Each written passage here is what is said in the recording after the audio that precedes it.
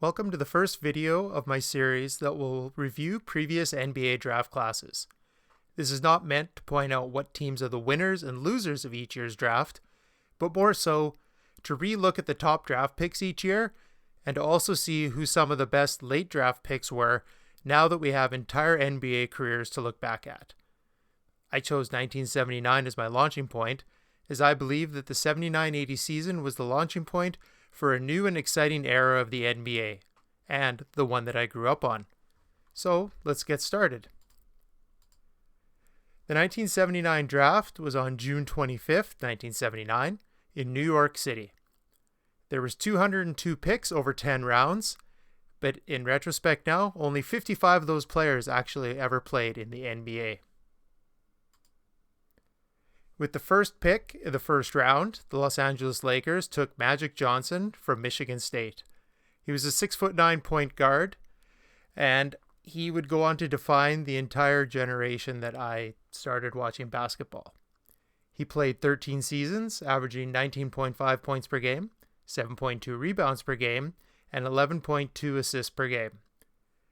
He made the Hall of Fame, was a 12-time All-Star, 4-time assist leader, 2-time steal leader, 5-time NBA champion, 10-time All-NBA team. He made the All-Rookie team for this class. He was a 2-time All-Star Game MVP, 3 times NBA Finals MVP, 3 times League MVP, and recorded 138 triple-doubles throughout his career.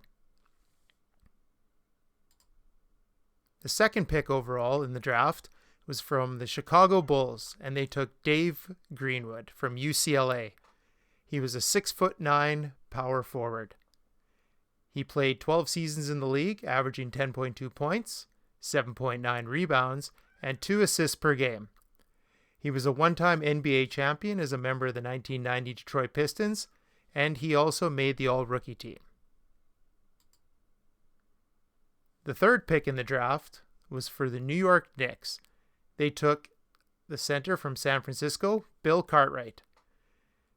Bill would play 15 seasons, averaging 13.2 points per game, 6.3 rebounds per game, and 1.4 assists per game. He's probably mostly known for his time spent with the Chicago Bulls, where he's a 3-time NBA champion, but also in his career, he's a 1-time All-Star and was a member of this All-Rookie team. The fourth pick belonged to the Detroit Pistons, and they chose Greg Kelser from Michigan State, a 6'7" small forward. Michigan State had won the college championship the year before, and Kelser was a member along with Magic Johnson on that team. He would go on to play 6 seasons in the league, averaging 9.7 points per game, 4.6 rebounds per game, and 1.9 assists per game. The fifth pick in the draft went to the Milwaukee Bucks. They took Sidney Moncrief from Arkansas. He was a 6'3" guard. He played 11 seasons, had 15.6 points per game, 4.7 rebounds per game, and 3.6 assists per game. He's the only other Hall of Fame member from this draft class, and himself had quite a good career. He was 5 times an All-Star, 2-time Defensive Player of the Year, 5-time All-Defensive Team, and 5-time All-NBA Team.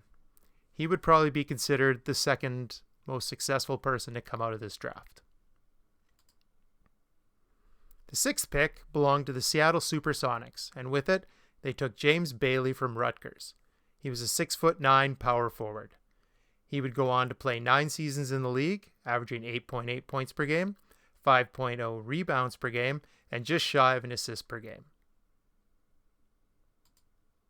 The seventh pick in the draft also belonged to the Seattle SuperSonics, and this time they took Vinny the Microwave Johnson from Baylor. He was a 6'2" guard who ended up playing 13 years in the league. He averaged 12 points per game, 3.2 rebounds per game, and 3.3 assists per game. For me, he's probably most well known as a member of the Detroit Pistons and was the third guard behind Isaiah Thomas and Joe Dumars for the Bad Boys point guard rotation. The eighth pick in the draft belonged to the New Jersey Nets, and they picked Calvin Natt from Louisiana, Monroe. He was a 6'6" small forward and power forward who played 11 seasons in the league.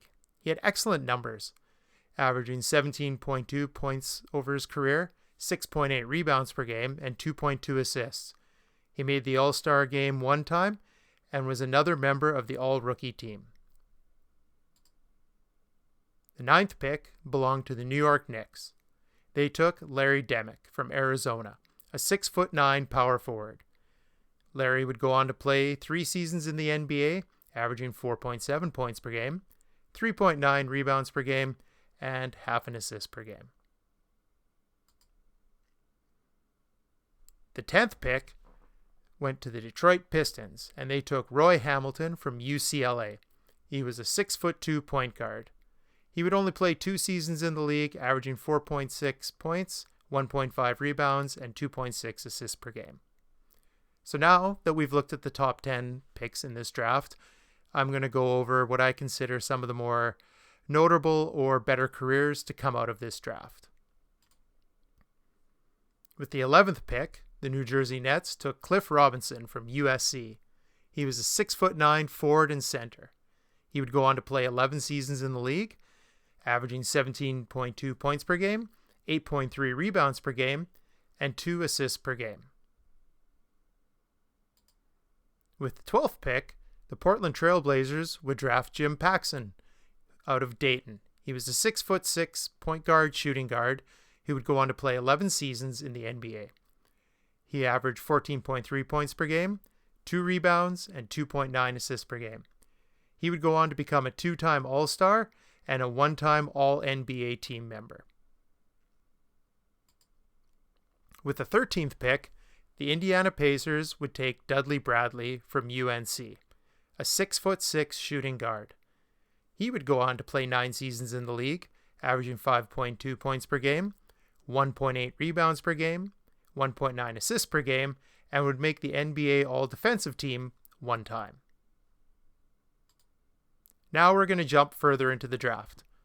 In the 3rd round, with the 58th overall pick, the Philadelphia 76ers would draft Earl Cureton out of Detroit Mercy. He was a 6'9" forward and center who would go on to play 12 seasons in the league, averaging 5.4 points per game, 4.7 rebounds per game, and 1 assist.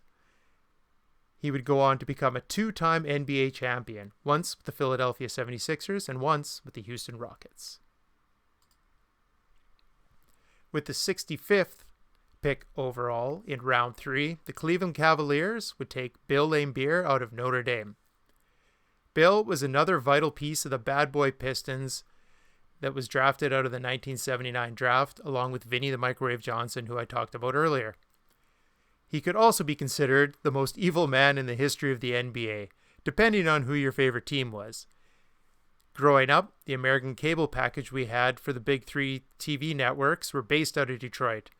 I got a lot of coverage that showed the ravenous fans flying their bad boy flags proudly and eating up the physical style that the Pistons played, and Bill Laimbeer was a centerpiece to that whole team.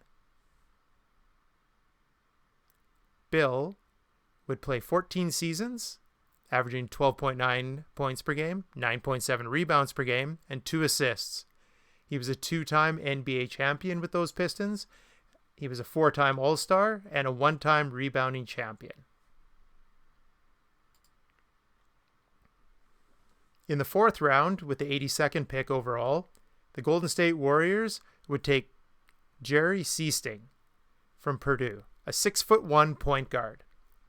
He would end up playing 10 seasons, averaging 6.9 points per game, 1.4 rebounds per game, and 3.3 assists per game, and then moving on to the Boston Celtics in 1986, where he would win his one lone NBA championship. We move on to the 5th round and the 107th pick overall in the draft. It went to the Phoenix Suns, and they took Mark Eaton out of UCLA. At 7'4", he went on to be one of the most dominant centers in the 80s. Over his 11 seasons, all with the Utah Jazz, he would average 6 points per game, 7.9 rebounds per game, and 1 assist per game. But this wasn't where he dominated.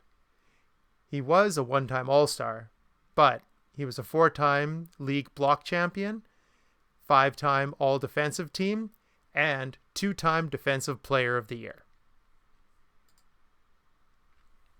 In the 8th round, with the 165th pick, the Phoenix Suns would take Charles Jones out of Albany State. A 6'9" power forward and center, he would go on to play 15 seasons in the league. He would only average 2.5 points per game over his long career, 4.5 rebounds, and almost 1 assist. And he would go on to be a member of the 1995 NBA champion Houston Rockets.